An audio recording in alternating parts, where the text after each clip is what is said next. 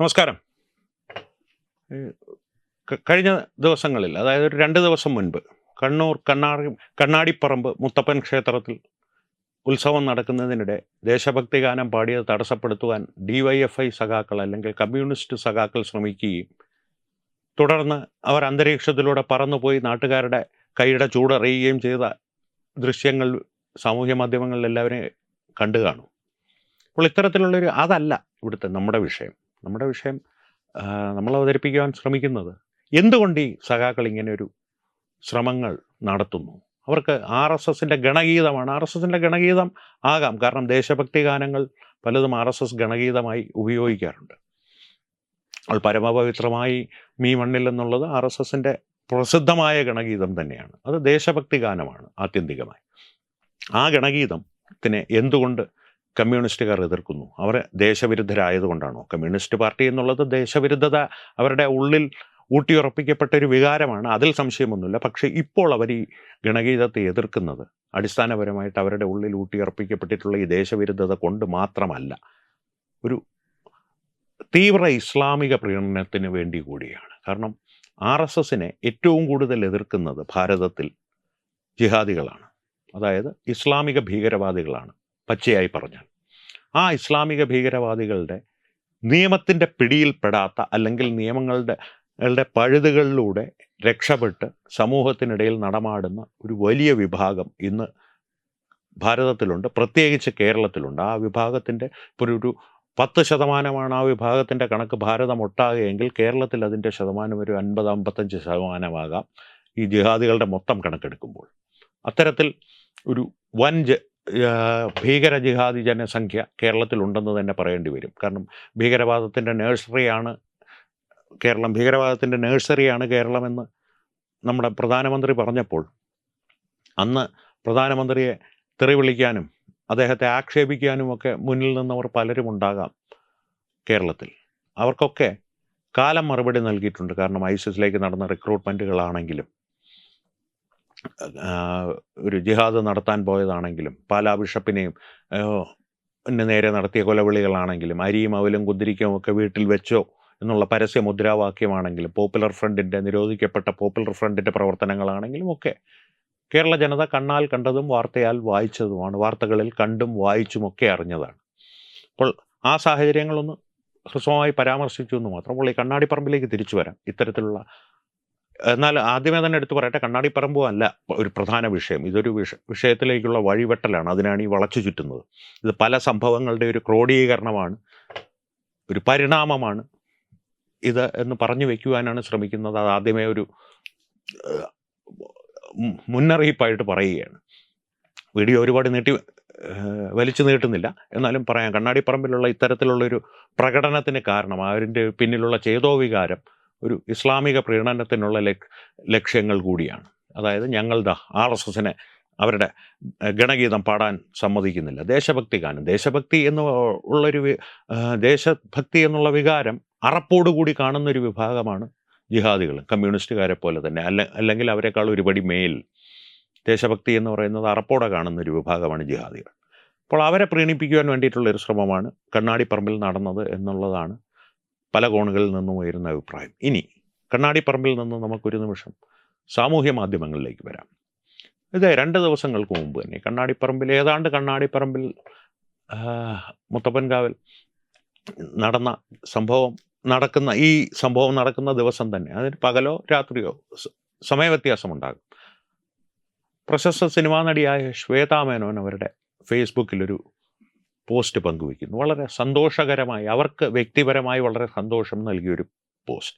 അതായത് ശ്വേതാ മേനോൻ്റെ മകൾ 13-കാരിയായ സബൈന സ്കൂളിൽ ഒരു പ്രൊജക്റ്റിൻ്റെ ഭാഗമായിട്ട് ഛത്രപതി ശിവാജിയുടെ സിയംഗഡ് കോട്ട വിജയം സൂചിപ്പിക്കുന്ന, കാരണം അവിടുത്തെ സിയംഗഡ് കോട്ടയിലെ ചരിത്രപ്രസിദ്ധമായ താനാജിയുടെ നേതൃത്വത്തിൽ സിയംഗഡ് കോട്ട പിടിച്ചെടുത്തപ്പോൾ അവിടെ ഉണ്ടായിരുന്ന ആനയുടെയും ഒക്കെ രൂപം നിർമ്മിച്ചു വെച്ച് സിയംഗഡ് കോട്ടയിൽ ഛത്രപതി ശിവാജിയുടെ കൊടികൾ പാറുന്ന രീതിയിലുള്ളൊരു പ്രൊജക്റ്റ് നിർമ്മിച്ച് സ്കൂളിൽ പ്രദർശിപ്പിച്ചു. അപ്പോൾ ഞാൻ നിന്നെ ഓർത്ത് അപമാന കൊള്ളുകയാണ്. കേരളത്തിൽ സാധാരണ എല്ലാവരും അവരിൽ നിന്ന് പ്രതീക്ഷിക്കുന്നത്. കാരണം കേരളത്തിലെ പ്രബുദ്ധ നടിയായതുകൊണ്ട് അവർ അതിൽ അപമാനിതയാവുകയാണ് വേണ്ടതെന്നുള്ളതാണ് ഒരു പൊതുനയം കേരളത്തിലെ പൂക്കാസകളുടെ, പുരോഗമന കലാസാഹിത്യ സമിതിയുടെ, അല്ലെങ്കിൽ ജിഹാദികളുടെ. അതിൽ അപമാനഭരിതയാവാതെ അവർ അഭിമാനഭരിതയായി. ഞാൻ നിന്നെ ഓർത്ത് അഭിമാനിക്കുന്നു മകളെ എന്ന് ഒരു തലക്കുറിപ്പോടെ അവർ ആ ചിത്രം സാമൂഹ്യ മാധ്യമങ്ങളിൽ പങ്കുവച്ചു. അതിൻ്റെ താഴെ ഒരുപാട് അഭിനന്ദനങ്ങൾ ശ്വേതാ മേനോന് ലഭിച്ചു. ശ്വേതാ മേനോൻ്റെ 13-കാരിയായ മകളെയും അഭിനന്ദിച്ചുകൊണ്ട് ഒരുപാട് കമൻറ്റുകളും അഭിപ്രായ പ്രകടനങ്ങളും ഒക്കെ വന്നു. പക്ഷേ പതിവ് പോലെ ജിഹാദികൾ രംഗത്തിറങ്ങി. സംഗിനി മകൾ കൈവിട്ടുപോയി, മകൻ കൈവിട്ടുപോയി, മകളാണോ മകനാണോ എന്ന് പോലും അറിയാതെ മകൻ കൈവിട്ടുപോയി, ഇത് മറ്റൊന്നും കിട്ടിയില്ലേ തുടങ്ങിയ അഭിപ്രായ പ്രകടനങ്ങൾ മുതൽ അശ്ലീല ഭാഷകൾ വരെ, അശ്ലീല ഭാഷകൾ വന്ന പല അഭിപ്രായങ്ങളും അല്ലെങ്കിൽ കമൻറ്റുകളും അവർ നീക്കം ചെയ്തിട്ടുണ്ട് ഇപ്പോൾ. പക്ഷേ ഇത്തരത്തിലുള്ള അഭിപ്രായ പ്രകടനങ്ങൾ അവിടെ നടന്നു. ഇനി കണ്ണാടി പറമ്പിൽ മുത്തപ്പൻ കാവിൽ നടന്ന ഈ ഗണഗീതം തടസ്സപ്പെടുത്തുവാനുള്ള, ദേശഭക്തി ഗാനം തടസ്സപ്പെടുത്തുവാനുള്ള സംഭവവും ഇതും കൂടി ഒന്ന് കൂട്ടിയോജിപ്പിച്ച് നോക്കുക. ഇത്തരത്തിലുള്ള ഒരു വൈകാരിക പ്രകടനങ്ങൾ, ഇതൊരു കമ്മ്യൂണിസ്റ്റുകാർ പലപ്പോഴും നടത്തുന്നത് ഈ പ്രീണനത്തിൻ്റെ ഭാഗമായിട്ട് ഒരു യാന്ത്രികമായിട്ട് അടിമകൾ നടത്തുന്ന ഒരു വൈകാരിക പ്രകടനം മാത്രമാണ്. ജിഹാദികൾ അങ്ങനെയല്ല. അവർ ഹിന്ദുക്കളെ അല്ലെങ്കിൽ മറ്റ് മതവിശ്വാസങ്ങളെ ലക്ഷ്യം വെച്ച് RSSൻ്റെ പേരും പറഞ്ഞ്, അതായത് ഛത്രപതി ശിവാജി അല്ലെങ്കിൽ സിയംഗഡ് വിജയം എന്നുള്ളത് ഭാരതത്തിൻ്റെ ചരിത്രത്തിൽ ഏറ്റവും അഭിമാനകരമായ നിമിഷങ്ങളിലൊന്നാണ്. അതിൽ ഹിന്ദു എന്നുള്ള ഒരു വ്യക്തിത്വമേ ഉള്ളൂ, അല്ലെങ്കിൽ ഒരു ആദർശമേ അതിൻ്റെ പിന്നിലുള്ളൂ. കാരണം ഹിന്ദു സ്വരാജാണ് ഛത്രപതി ശിവാജി മഹാരാജ് വിഭാവനം ചെയ്തത്. ഹിന്ദു എന്നുള്ളൊരു ആശയമേ ഉള്ളതിൽ, അവിടെ RSS ഇല്ല. പക്ഷേ RSSനെ മറയാക്കി ഹിന്ദുക്കളുടെ നേരെയുള്ളൊരു ആക്രമണമാക്കുവാൻ ശ്വേതാ മേനോൻ്റെ പോസ്റ്റാകട്ടെ, കണ്ണാടിപ്പറമ്പിലെ വിഷയമാകട്ടെ, ഇതെല്ലാം ജിഹാദികൾ ഉപയോഗിക്കുകയാണ്.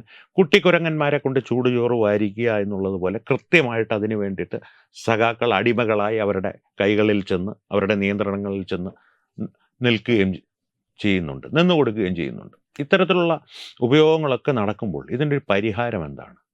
തൽക്കാലം ഈ ജിഹാദികളെ പ്രത്യക്ഷത്തിൽ ഞാൻ പറഞ്ഞല്ലോ, നിയമത്തിൻ്റെ പഴുതുകളിലൂടെ രക്ഷപ്പെട്ടു നിൽക്കുന്നവർ ആളുകളാണ് ഇവരെല്ലാം. തൽക്കാലം അവരെ നിയമപരമായിട്ട് പിടിച്ചകത്തിടുക അല്ലെങ്കിൽ ഇല്ലായ്മ ചെയ്യുക എന്നുള്ളത്, പൂർണ്ണമായി ഇല്ലായ്മ ചെയ്യുക എന്നുള്ളത് സാധ്യമായൊരു കാര്യമല്ല. അപ്പോൾ ചെയ്യാവുന്ന കാര്യം ഈ കുട്ടിക്കുരങ്ങന്മാരെ അവർക്ക് കൊടുക്കുന്ന മരുന്നുകളിലൂടെ ഒതുക്കാം. എങ്ങനെ ഒതുക്കാം? ഏറ്റവും ലളിതമായിട്ട് ഒരു മാർഗം പറഞ്ഞു തരാം. ഇത്തരത്തിലുള്ള അമ്പലങ്ങളിൽ, ഉത്സവങ്ങളിൽ, അതും പ്രത്യേകിച്ച് RSSൻ്റെ തന്നെ ആയിക്കോട്ടെ, RSSൻ്റെ നിയന്ത്രണത്തിലുള്ള അമ്പലങ്ങളിലെ ഉത്സവങ്ങളിൽ ഇനി ഉറപ്പായും ദേശഭക്തി ഗാനങ്ങൾ ആലപിക്കുക. ഒപ്പം പൊതുവേ ഞാൻ ക്ഷേത്രത്തിൽ അഹിന്ദുക്കളെ, പ്രത്യേകിച്ച് അവിശ്വാസികളായ അഹിന്ദുക്കളെ പ്രവേശിപ്പിക്കുന്നതിനോട് എതിരുള്ള ഒരാളാണ്. അഹിന്ദുക്കൾക്ക് പ്രവേശിക്കാം, അവർ ആ ക്ഷേത്രത്തിലെ മൂർത്തിയിലും ആ ക്ഷേത്രത്തിൻ്റെ ആചാരങ്ങളിലും വിശ്വസിക്കുന്നുണ്ട് എന്ന് എഴുതി ഒപ്പിട്ട് കൊടുക്കാൻ തയ്യാറാണെങ്കിൽ അവർക്ക് ആ ക്ഷേത്രത്തിൽ പ്രവേശിക്കാം, തൊഴാം, തൊഴുതു മടങ്ങാം എന്നുള്ളൊരു അഭിപ്രായക്കാരനാണ്, വ്യക്തിപരമായ അഭിപ്രായക്കാരനാണ് ഞാൻ. പക്ഷേ ആ അഭിപ്രായത്തിലൊരു ചെറിയ മാറ്റം വരുത്തിക്കൊണ്ടാണ് ഞാൻ ഈ ഒരു എളിയ നിർദ്ദേശം മുന്നോട്ട് വയ്ക്കുന്നത്. ഇത്തരത്തിലുള്ള RSSൻ്റെ അല്ലെങ്കിൽ കമ്മ്യൂണിസ്റ്റുകളുടെ കയ്യിലല്ലാത്ത, ദേവസ്വം ബോർഡിൻ്റെ കീഴിലല്ലാത്ത ക്ഷേത്രങ്ങളിൽ ഉത്സവങ്ങൾ നടക്കുമ്പോൾ ഈ ദേശഭക്തി ഗാനങ്ങൾ അവിടെ ഉറപ്പായും ആലപിക്കുക എന്നുള്ളൊരു നയത്തിനൊപ്പം യഥാർത്ഥ ഗാനരചയിതാവിനെയും ഗായകനെയും കൂട്ടിക്കൊണ്ടുവന്ന്, കാരണം ഇവർ രണ്ടുപേരും ഹിന്ദുക്കളല്ല ഇനി പറയുവാൻ പോകുന്ന ഗാനത്തിൻ്റെ കാര്യത്തിൽ, കൂട്ടിക്കൊണ്ടുവന്ന് അത്യാദരപൂർവ്വം, അവർ ഹൈന്ദവ വിശ്വാസികളും ആയിരിക്കില്ല, കാരണം ഒരു പ്രത്യേക മറ്റൊരു രാഷ്ട്രീയ പാർട്ടിയുടെ പ്രവർത്തകരാണ് അവരെന്നാണ് അറിയപ്പെടുന്നത്, അവരെ കൂട്ടിക്കൊണ്ടുവന്ന് അത്യാദരപൂർവ്വം കൂട്ടിക്കൊണ്ടുവന്ന് പോറ്റിയെ കേറ്റിയെ എന്നുള്ള പാട്ട് ഇത്തരം ഉത്സവങ്ങളിൽ പാടിക്കുക. ദേവന് യാതൊരു കോപവും ഉണ്ടാവില്ല, മൂർത്തിക്ക് യാതൊരു കോപവും ഉണ്ടാവില്ല. കാരണം ഉത്സവങ്ങളിൽ ഇത്തരം പരിപാടികൾ നടക്കുന്നത് ആൾക്കാരുടെ വിനോദത്തിന് വേണ്ടിയിട്ടാണ്. വിനോദത്തിനൊപ്പം വിജ്ഞാനം മാത്രമല്ല, ഈ പോറ്റിയെ കേറ്റിയെ എന്നുള്ള പാട്ട് സമീപകാലത്തെ രാഷ്ട്രീയ സാഹചര്യങ്ങളിൽ കമ്മ്യൂണിസ്റ്റുകാർക്ക് കൊടുക്കാൻ പറ്റിയ ഏറ്റവും വലിയ അടിയാണെന്ന് മാത്രമല്ല, അവിടുത്തെ മൂർത്തിക്ക് കൊടുക്കാവുന്ന ഏറ്റവും വലിയൊരു അർച്ചനയും കൂടിയാണ്. കാരണം ഇവന്മാർ ചെയ്ത കൊള്ളയെ വിളിച്ചു പറയുക എന്നുള്ളത് മൂർത്തിക്ക് വേണ്ടി അമ്പല കമ്മിറ്റിക്കാർക്ക് ചെയ്യാൻ പറ്റുന്ന ഏറ്റവും വലിയ സഹായമായിരിക്കും, അല്ലെങ്കിൽ ഏറ്റവും വലിയ ആരാധനയായിരിക്കും, ആരാധനകളിൽ ഒന്നായിരിക്കും. അത് ചെയ്യുവാൻ ശ്രമിക്കുക എന്നുള്ളൊരു എളിയ നിർദ്ദേശമുണ്ട്. അത്തരത്തിലുള്ളൊരു കാര്യങ്ങൾ, അത്തരത്തിലുള്ള നയങ്ങൾ ഇത്തരത്തിലുള്ള ക്ഷേത്ര കമ്മിറ്റികൾ സ്വീകരിച്ചു തുടങ്ങിയാൽ തന്നെ ഈ കമ്മിക്കൂട്ടങ്ങൾ എന്ന് വിളിക്കപ്പെടുന്ന ഈ അടിമകൾ കുറേ ഒതുങ്ങും. ഈ അടിമകൾ ചൂടുചോറ് വാരാൻ കുട്ടിക്കുരങ്ങന്മാരെ ലഭ്യമല്ലാതായാൽ ഈ ജിഹാദികൾ പരിഭ്രമിച്ചു തുടങ്ങും. അപ്പോൾ അവർ നിയമത്തിൻ്റെ പരിധിക്കുള്ളിൽ ആകുന്ന, നിയമത്തിൻ്റെ കുരുക്കിൽ പെടുന്ന രീതിയിൽ മണ്ടത്തരങ്ങൾ കാട്ടിത്തുടങ്ങും. അങ്ങനെ ഇവരെ ഇല്ലായ്മ ചെയ്യുക എന്നുള്ളൊരു നയം സാധാരണക്കാർ സ്വീകരിച്ചാൽ അതിൻ്റെ പ്രയോജനം തീർച്ചയായും ഉണ്ടാകുമെന്നാണ് ഞാൻ വിശ്വസിക്കുന്നത്. നമസ്കാരം.